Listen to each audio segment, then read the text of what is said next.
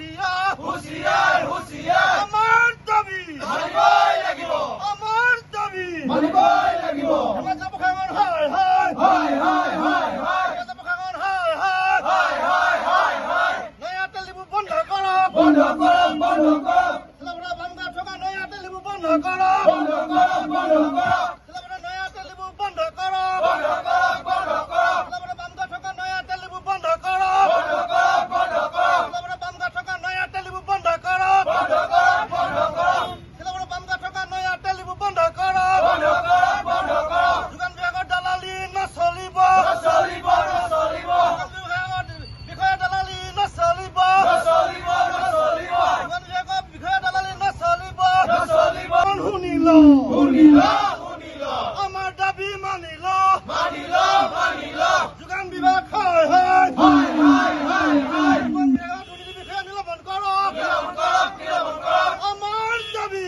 মানিবই লাগিব আমাৰ জিলা চুটি হাতনা জিন্দাবাদ জিন্দাবাদ জিন্দাবাদ আমাৰ জিলা চুটি হাতনা জিন্দাবাদ জিন্দাবাদ জিন্দাবাদ আমাৰ জিলা সোণালকুছি হাতনা জিন্দাবাদ জিন্দাবাদ জিন্দাবাদ আমাৰ জিলা সোণালকুছি হাতনা জিন্দাবাদ আজিৰ পৰা আমি চিলাপথাৰ বামগাঁৱত থকা নয়া পেট্ৰল ডিপোৰ বিৰুদ্ধে আজিৰ পৰা আমি অনিৰ্দিষ্টকাললৈ আমি কাৰ্যসূচী লৈছোঁ আৰু অনিৰ্দিষ্টকাললৈ অৱস্থান সমগ্ৰ লৈছোঁ কিয়নো দুদিনমানৰ আগতে আমি চিলাপথাৰত নয়া তেল ডিপোত অবৈধভাৱে স্বত্বাধিকাৰী চন্দ্ৰ প্ৰসাদে অবৈধভাৱে তেল কিনি আৰু বিক্ৰী বহুত দিনৰ পৰা কৰি আহিছিলে সেই কথাটো আমাৰ চুতীয়া ছাত্ৰ সন্থা আৰু সোণালকুছি ছাত্ৰ সন্থাৰ দৃষ্টিগোচৰ হোৱাত তাৰপিছত আমি সেই বস্তু সম্পূৰ্ণ ভিডিঅ' ফুটেজ কৰি পিনি ধেমাজি জিলা প্ৰশাসন ধেমাজি জিলা আয়ুক্ত মহোদয় আৰু ধেমাজি জিলা যোগান বিভাগৰ বিষয়াক আমি অভিযোগ দিলোঁ অভিযোগ দিয়াৰ লগে লগে তেখেতক আমি ভিডিঅ' ফুটেজত অভিযোগ দিছোঁ তেখেতলোকে আহি পিনি চিলাপথাৰ নয়া তেল ডিপোত তদন্ত কৰি সম্পূৰ্ণ নীতি বহিৰ্ভূতভাৱে তেখেতলোকক মানে কাম কাজবিলাক চলাই আছিলে সেইবিলাক যেতিয়া তেলবিলাক অবৈধভাৱে বিক্ৰী থকা তেখেতলোকে দেখা পোৱাৰ লগে লগে তেখেতে সম্পূৰ্ণ সেইদিনাখন ঠিক আছিলে 25 তাৰিখ আছিলে যোৱা 25 তাৰিখ আছিলে 25 তাৰিখে তেখেতলোকক ডিপোত চিল কৰি থৈ গৈছিলে চিল কৰি থৈ যোৱাৰ পাছত কোনো কাৰণ নোহোৱাকৈ যোৱাকালি তেখেতলোকে তেল ডিপোটো খুলিবলৈ দি দিছে তদন্তকাৰী বিষয়া আছিলে সেই টাইমত অজয় আগৰৱাল যোগান বিভাগৰ অজয় আগৰৱাল আছিলে অজয় আগৰৱালত তদন্ত কৰি পিনি কোনো আমাক একো আমাক জাননী নিদিয়াকৈ একো নজনোৱাকৈ তেখেতলোকে কিবা এটা হয়তো কমিশ্যনৰ অংকত তেখেতলোকে চিলাপথাৰ নয়া তেল ডিপোটো খুলিব দিলে সেইকাৰণে আমি চিলাপথাৰ নয়া তেল ডিপোটো অনিৰ্দিষ্টকাললৈ বন্ধ কৰিবৰ কাৰণে আৰু দুৰ্নীতি তদন্তকাৰী বিষয়া অজয় আগৰৱালক অতি শীঘ্ৰে নিলম্বন কৰিবৰ কাৰণে আজিৰ পৰা চুতীয়া ছাত্ৰ সন্থা আৰু সোণালকুছি ছাত্ৰ সন্থা আমি অনিৰ্দিষ্টকাললৈ অৱস্থান সমগ্ৰ লৈছোঁ যেতিয়ালৈকে দুৰ্নীতি বিষয়া অজয় আগৰৱালক নিলম্বন নকৰে আৰু যেতিয়ালৈকে চিলাপথাৰত থকা বামগাঁৱৰ নয়া তেল ডিপোটো বন্ধ নকৰে তেতিয়ালৈকে আমি চুতীয়া ছাত্ৰ সন্থা সোণালকুছি ছাত্ৰ সন্থা অৱস্থান সমগ্ৰ আমি অব্যাহত ৰাখিম আৰু পাছলৈ বিভিন্ন ধৰণে প্ৰতিবাদ কাৰ্যসূচী ল'বলৈ বাধ্য হ'ম। প্ৰথম কথা হৈছে চিলাপথাৰ বামগাঁওস্থিত যি নাইৰা ডিপোৰ স্বত্বাধিকাৰী চন্দন প্ৰসাদ এই ব্যক্তিজনে কেৱল মাত্ৰ তেলৰ লগতেই জড়িত নাথাকি চিলাপথাৰৰ আশে পাশে যিমানখিনি অঞ্চলত তেখেতে মানে কাম চামো কৰি আছে এই গোটেই কামসমূহো তেখেতে আচলতে দুৰ্নীতিৰ লুটুপুটি হৈ আছে আৰু তাৰ সমান্তৰালভাৱে তেখেতে যি চিলাপথাৰ স্থিত বামগাঁৱত এটি তেল ডিপো আচলতে স্থাপন কৰিছিল সেইটো হৈছে নাইৰা তেল ডিপো আৰু এই নাইৰা তেল ডিপোতে তেখেতে নীতি বহিৰ্ভূতভাৱে ক'ৰবাৰ পৰা মানে ধৰি লওক চিণ্ডিকেট ৰাজ কৰি আচলতে তেখেতে তেল ক্ৰয় কৰি আৰু অবৈধভাৱে আচলতে গ্ৰাহকসমূহক বিক্ৰী কৰি আছে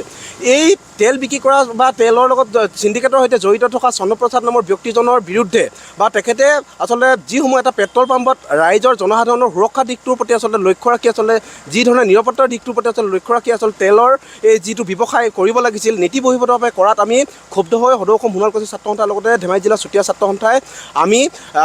ধেমাজি জিলাৰ আমি যি আচলতে যোগানকাৰী বিষয়া আছিল তেখেতসকলক আমি অৱগত কৰিছিলোঁ আৰু সমান্তৰালভাৱে ধেমাজি জিলাৰ প্ৰশাসনক বিষয়াসকলক আমি অৱগত কৰিছিলোঁ যে ইয়াতে নীতি বহিৰ্ভূতভাৱে অবৈধভাৱে আচলতে যি তেল ক্ৰয় কৰি আচলতে গ্ৰাহকক লুঠৰ আচলতে বিক্ৰী কৰি আছে এই বিক্ৰীৰ ওপৰত এই ব্যক্তিজন চন্দন প্ৰসাদ নামৰ ব্যক্তিজনৰ ওপৰত বিহিত ব্যৱস্থা গ্ৰহণ কৰিব লাগে আৰু সেই অনুপাতে আমি এখন স্মাৰকপত্ৰ প্ৰদান কৰিছিলোঁ আৰু আমাৰ স্মাৰকপত্ৰ দাবীৰ পৰিপ্ৰেক্ষিততে দিগন্তকাৰী বিষয়া অজয় আগৰৱালৰ যিজন আচলতে যোগান বিভাগৰ বিষয়া আহিছিল তেখেতে গোটেই আচলতে বিষয়সমূহ অনুসন্ধান কৰি এটা কথা স্পষ্টভাৱে গম পাইছিল যে ইয়াত নীতি বহিৰ্ভূতভাৱে তেল ক্ৰয় কৰি বিক্ৰী কৰা এই গোটেইখিনি তথ্য প্ৰমাণ পোৱাৰ পিছত তেখেতে সেই তেল ডিপোটো আচলতে চিল কৰি ৰাখিছিল কিন্তু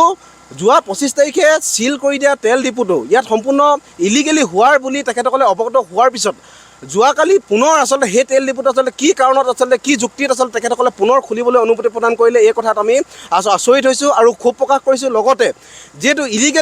ইলিগেলৰ লগত জড়িত হৈ চন্দন প্ৰসাদে এনেকুৱা ধৰণৰ ব্যৱসায়ত অনিয়ম নুঠৰে কাম কাজ কৰি আছে, গতিকে কি মেনেজমেণ্টৰ জৰিয়তে প্ৰশাসনক আচলতে অজয় আগল নামৰ ব্যক্তিজনক আচলতে কিমান টকাৰে আচলতে আমি এটা কথা স্পষ্টভাৱে ক'ব বিচাৰোঁ, কিমান টকাৰে আচলতে তেখেতে ক্ৰয় কৰি তেখেতৰ পেট্ৰল ডিপুটো পুনৰ আচলতে আকৌ কাৰ্যকৰী কৰিব বিচাৰিছে। গতিকে আমি সদৌ অসম সোণোৱাল কছাৰী ছাত্ৰ সন্থাৰ লগতে চুতীয়া ছাত্ৰ সন্থা ধেমাজি জিলা সমিতিয়ে এটা কথা অতি স্পষ্টভাৱে ক'ব বিচাৰোঁ, জনাব বিচাৰোঁ যে যেতিয়ালৈকে এই চন্দন প্ৰসাদ নামৰ ব্যক্তিজনৰ নাইৰা চিলাপথাৰস্থিত নাইৰা তেল ডিপু আচলতে বন্ধ জিলা প্ৰশাসনে নাৰাখ নকৰিব অনিৰ্দিষ্ট কাললৈকে, তেতিয়ালৈকে কিন্তু আমি সদৌ অসম সোণোৱাল কছাৰী ছাত্ৰ সন্থা আৰু ধেমাজি জিলা চুতীয়া ছাত্ৰ সন্থাই আমি অৱধাৰিতভাৱে অনিৰ্দিষ্ট কাললৈকে আমি এই অৱস্থানসমূহৰ কাৰ্যসূচী পালন কৰিম। আৰু ধেমাজি জিলা প্ৰশাসনক আমি এটা অনুৰোধ কৰিছোঁ, এই অজয় আগৰৱাল নামৰ যিজন ব্যক্তি, যিজন বিষয়া, এই বিষয়াজনে আচলতে কিমান টকাৰ মেনেজমেণ্টত তেখেতে এই দায়িত্ব সামৰণি মাৰিলে আৰু এই দায়িত্বত আচলতে থাকি তেখেতে আচলতে প্ৰকৃতাৰ্থত কেলেংকাৰীয়ে জড়িত এই চন্দন প্ৰসাদ নামৰ ব্যক্তিজনক কি যুক্তিত আচলতে সুৰক্ষা প্ৰদান কৰিছে, এই প্ৰশ্ন আমি উত্থাপন কৰিব বিচাৰিছোঁ আৰু সমান্তৰালভাৱে তেখেতক আমি এটা কথা স্পষ্ট নিলম্বন কৰাৰ আচলতে দাবী উত্থাপন কৰিছোঁ।